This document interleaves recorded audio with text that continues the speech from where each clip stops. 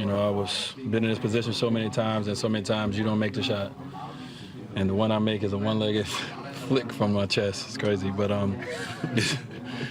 great to do it in front of fans. You know, just a fun moment. I told Steph, I just said I needed this one on my way out. You know, so y'all get enough. Y'all got enough. But it was cool. I think the one thing cool for me is to be able to do this where you got younger teammates that heard about some of the things you do, but don't get always an opportunity to see it. And, you know, so it was cool to be able to do it in front of those guys as well. Dwyane, can you take us through the shot? What happened on that play? Well, you know, after KD hit the free throw, I came down, had isolation on Iguodala. As I turned my back, he kind of hit the ball, so I dribbled it out, and I saw Dwyane coming, so I flicked it to him. I thought he was going to raise, you know, and shoot, but when he took the dribble, they remembered that he hit a shot, you know, similar, so they doubled him, and he found me. So, you know, as I was going to shoot, I saw KD flying at me, so I tried to pump fake him and try to shoot the shot. He blocked it, and all I can think about is, you know, it was a little time left on the clock, was to get my foot behind the three-point line and try to get it up on the rim, and went in. All right, so as we have profiled through the beginning part here at Game Time, what a big shot for D. Wade. Important, as Coach mentioned earlier, for the Heat, and he said important. He needed this one, wanted that defining moment. It is the 5th time in his career he's hit a buzzer beater. I don't think any stranger than the variety in which this came, which is why Eric Spoelstra said just the way we drew it up when he spoke after the game. Yeah, no, it was great coaching. No, I mean, great coaching in that you have a Hall of Famer who's been in these situations and let it play out. And he acknowledged that, and that he got, you know, in the words of Bill Raftery, he got the puppies organized. Yes. And better get used to that. You're going to have a lot of that next month. Exactly. But no, I mean, the ball came back to him. And look, that was a lucky play. I mean, that's not a shot that I think he could probably make again, maybe in his lifetime. But needless to say, the ball, you know, went in, and as he said, it was just good for him. This season, you want to go out your last year, particularly when you're an elite Hall of Fame guy who's done so much for the NBA, so much for that franchise, to go out with some moments. And he's had quite a few moments, and this might be the top moment of this season for him. For Miami, just the way things have played out this year because of injuries and who's been starting and who hasn't and who's been out. Now you come into the game tonight against Golden State, and you have two guys coming off the bench. One is a future Hall of Famer, Dwyane Wade, goes to 25, hits the game winner, shoots the 3-ball well. Then you have Dragic just returning for his 3rd game with 27 coming off the bench. You have 52 points coming off the bench, which led to 62 points for the entire Heat bench. And the key, one of the keys, watch the paint points with Miami. If they're high, Miami usually wins.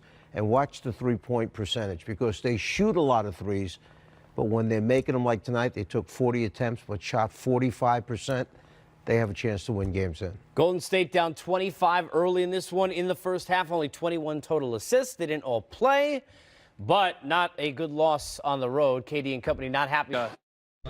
I got my hand on it. That's why he dropped it and quarterback. It was an amazing play by him. What was your angle on it? I mean, did you think it was going in? I don't know why he was open, that open at the 3-point line. And, but I just tried to get there on the play. He made a tremendous play, man. I mean, you don't even think about shooting that type of shot and winning the game that way. So they played harder than us all night. They played better than us. We was able to make shots down in the 4th to turn the tide, but they really deserve to win this game. Ever against them, where you kind of shaking your head and going, Man, I forgot. I didn't even think about that until just now. You know, they just gamed us. You know, so I was thinking about the game. But man, such an amazing player, amazing person, somebody that I've been watching, you know, since middle school. You know, and then to come up and championships and just be a staple here in Miami. Man, it's something that you know, you respect as a player. And he's going out like this. This is probably one of the best you know, years I've seen from a guy that's retiring. So much love to D. Wade. Kevin, do you have a theory on, like, in recent games why there's been slow starts? I think I got to be better setting the tone, especially scoring the basketball. You know, not scoring, but just being aggressive downhill, creating stuff, and you know, maybe get to the free throw line a little early to slow the game down a bit, just to fill us out, or you know. So I just think I need to be aggressive, and I think everybody feeds off of that. So you know, it's got to be better. I got to be better to start the games. What jolted you guys to life in the second half? I mean, just being down that much, you know, and we didn't want to lose by 25 points, and you know, so guys' pride just stepped up after that second half. And we was able to make shots. Clay kept us in the game, and you know, he was tremendous for us all night. That's why I wish we would have got the W for him. Katie, you know the teams are going to come up with the best game, you know, a game. How do you do to slow it down and kind of get them fall behind so far? I think teams are coming out just relaxed against us. They have nothing to lose, especially a young team like this. So when you play a little bit more relaxed, those jump shots start to fall. You just, you know, let your head down a bit and you just play. And tonight you're seeing that with this young group. You know, they came out with a lot of energy, fed off their crowd, and they kind of started off really fast. And I think for us, you know, maybe we got to, you know, I think we have to start games with a little bit more intensity, just a little bit more, not passion, but just energy, you know, to, you know, kind of bust the game open early in the games. You know, I think we're easing our way into it, trying to see how teams are going to play us, but I think we got to put our foot on the gas earlier. I guess I'll say just exactly how we designed it. We're absolutely dead in the water on that. Actually, I thought we had a couple clean looks, believe it or not. Dwyane came off one time, maybe had a window, but he had the presence of mind to get it back to Dwyane. Dwyane, I thought, was open the first time. Then he faked it to see if he could get something better, and then that's just Hall of Fame presence of mind. I mean, his back was to the basket. I think he looked at the clock on the other end to see it go to one. And sometimes you just need to be lucky. You know, we've had some of these breaks go against us this year that, I don't know, maybe we were due for one. But thrilling way to get this game. And I just commend our guys for yesterday. And that's what this league is about. You deal with struggles, you deal with things that are disappointing, and you see if you can grow from it. And for 24 hours, we were able to do it. And not have a ruined day yesterday with the tails between our legs, but it was just come into work and see if we can find some solutions. You've seen so many of these from him. Yeah. Given, you know, Game 3 in the finals in 2006 and all that stuff, but yeah. Given the stakes, given where you guys are, biggest? I don't know. I think it's and I even told him, we normally go through our routine. I go around the locker room. As soon as we broke the huddle, I just gave him a huge hug. Didn't even wait. I said, I'm not waiting. I bear hugged him. But I think the raw, genuine emotion after that is my favorite one that I've seen him in all of his ones that he's hit. And I have a couple of them in my office, you know, the .08 ones against Utah and New York. But this one, just the realization that it went in, and then I could see his look to see the official go like this, and then he looked up at the score, and then there was the reaction. And just, you know, after being 16 years in the league, and just that raw joy, you know, that's what it's all about. That was fun. That was one of my favorite moments, just watching his reaction, and then the team's reaction after that. Obviously the buzzer beater, but what can you say about, in the last couple of minutes, Dwyane being able to slow down the tempo of the game and yeah. just slowing down the game, especially when it's such a high-tense situation? Yeah, and that's what Hall of Fame players do, because they came storming back, and they can break your spirit. Obviously better than any team in the league. They had 2 4-point plays, and when they made both of them, you're not even at the least bit surprised. You're expecting it to go, and for them to get fouled, and for them to make the free throw. You see it time and time again. So oftentimes you can get totally rattled and lose your level of detail and execution on the other end. It's so easy. You see it night in, night out against this team.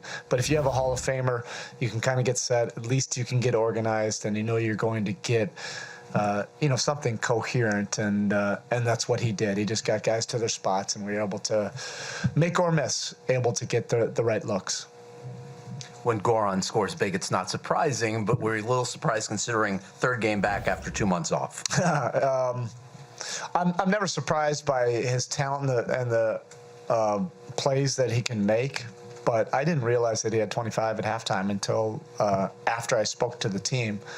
I was looking at all of their numbers and points in the paint, like just some other bigger numbers. I went back in my office and I was surprised that he had 25. It was just in one of those zones, and we needed every bit of it because you have to get a cushion against this team. You know, you do, and you have to have players that can make plays against all the switching, and guys that can create something sometimes out of nothing. And Goran does that, and he's done it for his whole career. Warriors make their second stop of a 4-game trip east tonight as they hit South Florida. Golden State has won 18 of their last 21 games. So for all the nitpicking about what works and what doesn't work with the new lineup, which won't include DeMarcus Cousins, he is out tonight resting, they're still really, really, really good. And taking on a Heat team that has sort of inexplicably lost 6 in a row on their home floor. Weird. Maybe they got to go back to their regular colors on that home floor. I agree. Maybe that's the problem. I don't know. I'm not saying it is, but worth a try. Let's hear from head coach Steve Kerr. Yeah, Loon's going to start for DeMarcus. Second, the last time you played the Heat, that was just a 2-point game. What do you remember reviewing on tape about how you like to play? They kicked our butts last game. They really did. We had to play really well down the stretch to win the game, but they were more physical, better defensively, smarter offensively. They outplayed us, so we were fortunate to get out of there. And I'm hoping that the fact that it's so fresh on our minds, it's only 2 weeks ago, that our guys will remember how hard you have to beat this team. And it's always been the case since as long as I can remember. You know, they have an identity, and that identity is, you know, they're physical, they're tough, they're going to get after you, they're going to defend, rebound. So we've got to be ready for that. Somewhat of a quiet month, kind of in February. How much of that do you think is just random? How much do you think trying to integrate into Marcus maybe? It feels more random to me. It doesn't feel like there's anything different about the way we're playing or the way he's playing. Just every player kind of goes through stretches where maybe things don't go quite as well. But you know the drill with Steph. I mean, as soon as you think, oh man, he's in a little rut, he's going to make 10 threes, and you're going to forget about it. Steve, have you guys already decided you're going to sit tomorrow? No decisions have been made on tomorrow night. I know DeMarcus will play tomorrow, but nothing else has been decided. Jordan's feeling better? Yeah, he's feeling a lot better. He's kept food down and lots of fluids, and so he'll be ready to go tonight. Steve, at what point do you start thinking?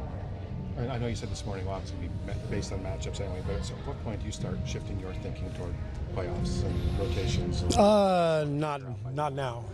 We still have a quarter of the season left, and we're just trying to get better. And you know, as we get closer to the playoffs, maybe we'll have an eye towards, you know, who's in our rotation and combinations and that stuff. But right now, we're just, you know, getting through the regular season and dealing with an absence here and there, like DeMarcus tonight, and trying to get better, trying to take care of all the details that we need to be better with. Steve, what is that? What are some of the things you're trying to get better at before the playoffs? Well, boxing out. I mean, you were there 2 weeks ago. I think the Heat, at the end of the first quarter, it was 19-4 on the glass, I believe. It's like 7-1 on the offensive glass after 5 minutes. The tape doesn't lie. You know, they would shoot and we would just turn and watch, and Whiteside was in there. Everybody was in there, just creating second chance opportunities. So, you know, that's a big one. Transition defense has been a problem for us. Defending too aggressively and fouling the other night was a problem in Charlotte. So, you know, we got a lot of things to work on. How important is the #1 seed in the West for you guys? We'd like to get it. I mean, it will never be a priority over health going into the playoffs. Health is always #1, but we're right there. And assuming we're healthy, we'd like to get it and have home court. Steve, with the guys. More coming up here on Game Time Live. We talked about Boston's issues. In LA, the league's other historical glamour franchise has its own problems. What it'll take for the Lakers ship to stay afloat next.